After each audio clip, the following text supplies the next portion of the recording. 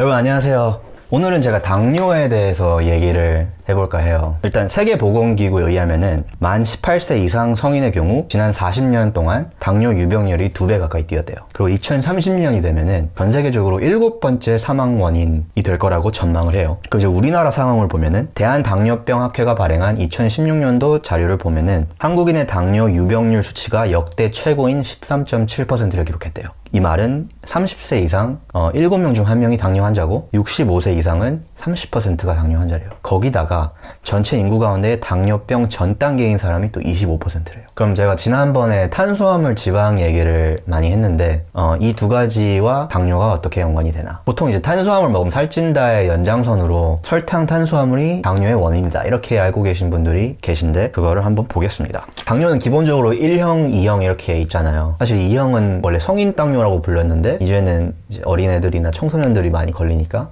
그렇게 더 이상 안 부르죠. 그리고 1형이든 2형이든 이제 증상이 겹치는 게 많은데 글루코스가 세포 안으로 못 들어가면서 시작이 되고 혈당이 올라가면서 혈관과 신경이 손상을 입게 되고 또 시력이나 촉감이 감퇴하고 다친 부위가 잘 안 낫고 이러면서 뭐 절단에 이르게 될 수도 있고 그리고 당뇨는 심장병, 뇌졸중 그리고 신장 질환과도 밀접하게 연관이 된다고 해요. 이제 인슐린이 뭔지에 대해서 잠깐만 설명을 해드릴게요. 이게 탄수화물이 글루코스 같은 단순 탄수화물로 분해가 돼서 간이나 근육으로 보내지는데 글루코스가 자기가 알아서 문 열고 세포 안으로 들어가는 게 아니라 인슐린이 와가지고 열쇠 역할을 해줘야 돼요. 가이드를 해줘야 되거든요. 보시면은 저 회색 물방울 같은 애들이 혈당이에요. 그리고 저 핑크색 애가 인슐린이에요. 인슐린이 이렇게 와가지고 세포의 인슐린 수용체에 이렇게 딱 붙어서 여러 가지 효소들을 연쇄적으로 반응을 시켜줘야지 마지막에 저 우주선 같이 생긴 글루코스를 빨아들인 애가 세포 표면에 있는 글루코스를 이렇게 데리고 가요. 그러니까 1형 당뇨 같은 경우는 이제 혈당은 이렇게 막 문을 두드려요. 야, 문 열어줘 하는데 인슐린이 없어. 췌장이 인슐린을 못 만들어내거나 충분한 양을 못 만들어내는 게 1형 당뇨예요.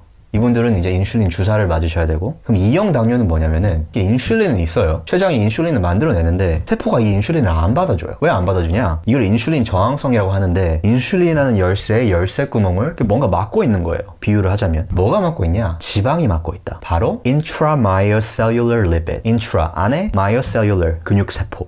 근육세포 안에 있는 지방. 이 근육 안에 쌓인 지방이 세포 안에서 분해되면서 여러 가지 독성 분해 산물들을 만들어내고 얘네들이 인슐린 신호 전달을 방해하는. 따라서 인슐린 저항성이 증가하게 되고 이게 2형 당뇨입니다. 거의 1세기 전에 있었던 이 연구를 보시면은 한 집단은 고지방 식단을 다른 집단은 고탄수화물 식단을 섭취를 하게 했대요. 이틀 만에 고지방 식단 집단은 혈당 수치가 고탄수화물 집단의 2배에 달했대요. 그리고 글루코스 불내증 상태를 보였대요. 글루코스 불내증이라는 거는 인슐린 저항성이 당뇨 전 단계까지 증가한 상태를 말해요. 이 연구가 내린 결론은 식단의 지방 비중이 클수록 혈당 수치가 올라간다. 그러니까 이 원인이 근육세포 내 지방이라는 거를 밝혀내는데 70년 가까이 걸렸는데 이제 관련 연구를 보시면은 근육세포 내 지방량이 증가할 때 인슐린 저항성이 증가한다. 그럼 이제 근육세포 밖으로 나가서 조금 더 큰 그림을 보면은 높은 혈장 유리지방산 수치. 유리지방산이라는 건 이제 피 속 지방의 한 종류라고 보시면 돼요. 높은 유리지방산 수치는 글루코스 움직임을 방해해서 인슐린 저항성을 증가시킨다. 그럼 지방이 영향을 미치는 데까지는 시간이 얼마 정도 걸리냐? 지방 섭취 후 2시간이 지나면은 근육세포 내 지방량이 증가하고 3시간도 안 돼서 인슐린 저항성이 증가한다고 해요. 그럼 반대로 혈장 유리지방산 수치가 떨어지면 인슐린 저항성 또한 내려가나 혈장 유리지방산 수치를 낮추면 인슐린 저항성을 낮출 수 있다. 그럼 이 인슐린을 방해하는 이 지방 도대체 어디서 오는 건가? 첫째는 우리가 먹는 지방, 즉 음식을 통해서 섭취하는 지방. 이 연구를 보시면 고지방 식단은 혈장 유리지방산 수치를 증가시키고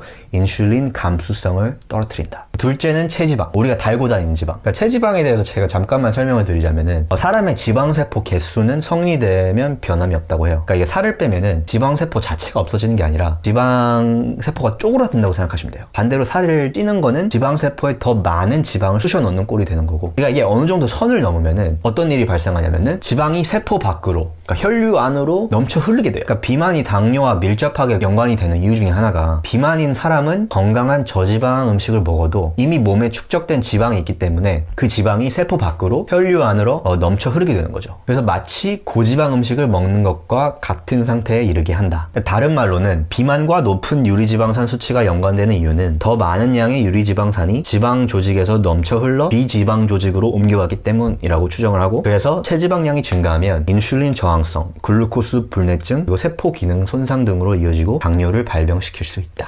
지방과 인슐린 저항성은 널리 받아들여지고 있는 사실이다. 그럼 지방이라고 다 똑같냐? 포화지방산 같은 경우에는 이제 육류, 생선, 우유, 치즈, 코코넛유, 팜유 이런 데 들어있고요. 그리고 불포화지방산 같은 경우에는 뭐 아보카도, 올리브유, 오메가3, 오메가6, 견과류 이런 데 들어있고요. 그러니까 이 연구를 보시면은 인비트로, 그러니까 생체 외 실험을 했을 때의 경우 포화지방산은 접촉한 모든 세포에게 좀 유해적인 성격을 띄었대요. 반대로 불포화지방산은 그러지 않았거나 오히려 세포 보호적인 성격을 띄었대요. 이게 실전에서 어떻게 나타나냐? 당뇨 환자를 대상으로 한 실험에서 포화지방산은 인슐린 저항성을 증가시켰고 반대로 불포화지방산은 인슐린 감수성을 증가시켰대요. 그러니까 왜 그런가 보니까 불포화지방산은 안전한 중성지방의 형태로 우리 몸에 저장이 될 수 있는데 반면 포화지방산은 중성지방에 덜 효율적으로 통합이 되고 지방 독성과 연관이 된대요. 이제 지방 독성이 뭐냐면은 지방이 지방 조직 외에 비지방 조직에서 축적되어서 분해되는 과정에서 만들어지는 여러 가지 독성 분해 산물을 통틀어서 지방 독성이라고 부르는데 아까 제가 비만일 경우에는 더 많은 양의 유리지방산이 지방 조직에서 비지방 조직으로 옮겨간다고 말씀을 드렸는데 지방 독성은 무서운 게 단순히 인슐린 저항성을 높이는 데에서 그치는 게 아니라 유전자 차원에서 치명적인 세포 손상을 일으켜요. 그러니까 예를 들어서 미토콘드리아는 이제 세포 안에 있는 에너지 발전소라고 생각을 하시면 돼요. 미토콘드리아의 핵심 효소들, 예를 들어서 해당 효소나 ATP 합성 효소 같은 효소들의 발현을 제한시킨대요. 그러니까 미토콘드리아 기능에 지장을 주고 또 산화 스트레스나 염증을 일으키고 이 사이클이 반복이 되면서 데미지가 계속 누적이 되는 거죠. 그러니까 인슐린 저항성도 이렇게 세포가 점점 망가져가는 과정에서 발생하는 문제 중에 하나라고 보시면 될 것 같아요. 지난 영상에서 제가 베지테리언일 경우 지방을 태우는 효소의 발현율이 60% 높다고 말씀을 드렸는데 이제 그것도 지방 독성의 맥락에서 볼 수 있을 것 같아요. 낮은 동물성 식품 섭취율, 즉 낮은 포화지방산 섭취율은 세포가 더 건강하게 기능할 수 있도록 도와준다고 볼 수 있다. 그럼 지금까지 이제 지방, 특히 포화지방산이 인슐린 저항성을 높이는 그 메커니즘에 대해 제가 설명을 드렸는데 이걸 당뇨라는 병이 생기는 그 큰 과정 안에서 다시 한번 보면은 당뇨라는 병이 무서운 게 진단을 받기 10년 전부터 몸이 서서히 이제 당뇨를 향해 치닫다가 마지막 몇 년 사이에 이제 상태가 확 나빠진다고 해요. 이게 왜 그러냐면은 고지방 식단이 당뇨로 이어지는데 크게 두 가지 사이클이 작동을 한다고 해요. 첫 번째 사이클은 우리가 섭취한 지방이 근육 안으로 유입이 돼서 여러 가지 독성 분해 산물들을 만들어내고 인슐린 작용을 방해해서 인슐린 저항성을 증가시킨다. 여기까지는 제가 이미 설명을 드린 부분이고 이제 그 다음에 무슨 일이 벌어지냐면은 이제 인슐린 저항성을 극복하기 위해서 췌장이 더 많은 양의 인슐린을 만들어내요. 우리 혈중 인슐린 수치가 올라가고 인슐린은 지방 분해를 방해하는 작용을 해요. 그래서 간에 지방이 쌓이게 되고 지방 간 질환에 이르게 돼요. 이렇게 되면은 근육과 마찬가지로 간의 인슐린 저항성이 올라가요. 그럼 간이 글루코스 섭취에 제대로 반응하지 못하게 돼요. 그럼 무슨 문제가 생기냐면은 간은 이제 글루코스를 저장하고 또 우리 몸이 글루코스가 필요할 때 글루코스를 생산해내는 역할을 하는데 예를 들어서 우리가 이제 자는 동안 뇌 활동에 필요한 글루코스를 간이 만들어내거든요. 그래서 이제 아침에 잘 잤다 하고 눈을 뜰 수가 있는 건데 그러니까 우리가 음식을 섭취하고 있지 않을 때 필요한 글루코스를 간이 만들어내고 음식을 섭취하기 시작했을 때는 이제 글루코스 생산을 중단해야 되는데 여기에 반응을 못하고 계속 글루코스를 만들어내면은 혈중 글루코스 즉 혈당 수치가 올라가게 돼서 또 이걸 극복하기 위해서 췌장이 더 많은 인슐린을 만들어내고 혈중 인슐린 수치가 또 올라가게 되고 그럼 지방 간 질환은 더 악화되고 여러분 이제 이 사이클이 보이시죠? 이렇게 계속 반복이 되는 거예요. 두 번째 사이클은 간에 지방이 쌓이면은 간이 이제 지도 살아야 되니까 이 지방을 VLDL 중성지방 형태로 혈류로 배출을 시켜요. 그럼 이 지방이 췌장 안에 또 쌓이고 그럼 인슐린을 애초에 만들어내는 췌장의 베타세포가 또 손상을 입게 돼요. 이러면서 또 이 사이클 또한 자체적으로 췌장의 인슐린 생산 능력을 떨어뜨리게 되는 거죠. 그래서 계속 인슐린 저항성이 올라가게 돼요. 정말 위험한 상황에 이르게 되는 거죠.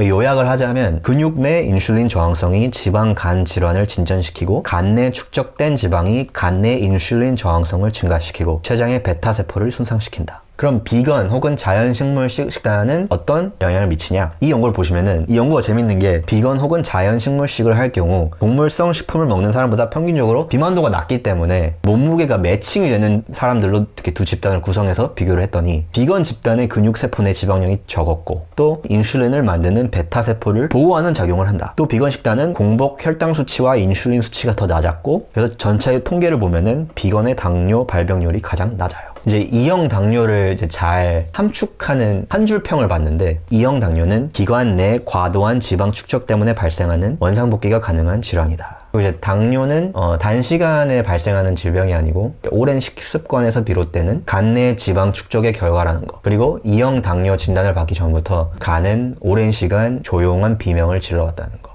오늘 여기까지 하겠습니다.